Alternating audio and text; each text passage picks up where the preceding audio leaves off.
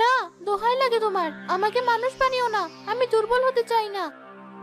ভালো করে শোন, যেদিন তুই ওই দুর্বল মানব শরীরে থেকেও নিজের জীবনের মায়া ত্যাগ করে অন্য কারো জীবন বাঁচাতে পারবি, একমাত্র সেদিনই তুই তোর শক্তি ফেরত পাবি। কিন্তু স্বার্থপর মানুষের ভিড়ে থেকে তুইও স্বার্থপর হয়ে যাবি। তুই নিজের পেটের চিন্তায় অস্থির থাকবি, অন্যকে বাঁচাবি কি করে? নেমে যা, নেমে যা মাটির পৃথিবীতে। আহ! আহ!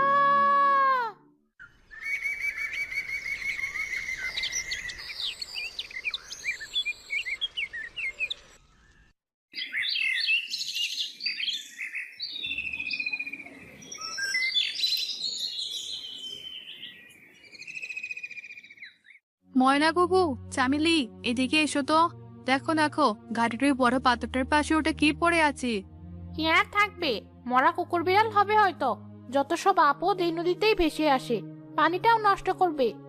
না না গোপু, ভালো করে দেখো, মনে হচ্ছে মানুষের মতো, গায়ে কাপড় আছে।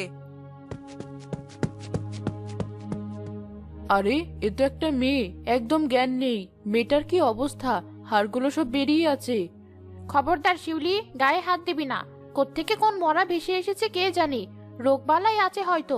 আমাদের গ্রামে আবার মহামারী ডেকে আনিস না। তুমি কি মানুষ না ময়না আপা? মেয়েটা শ্বাস নিচ্ছে, দেখছো না বুকটা কেমন ওঠানামা করছে? বেঁচে আছে ও। বকুল, একটু পানি দে তো আমার হাতে। এই নেই, কিন্তু সাবধানে বাবা, মেয়েটার চেহারাটা কেমন যেন অচেনা, এই তল্লাটের বলে মনে হচ্ছে না।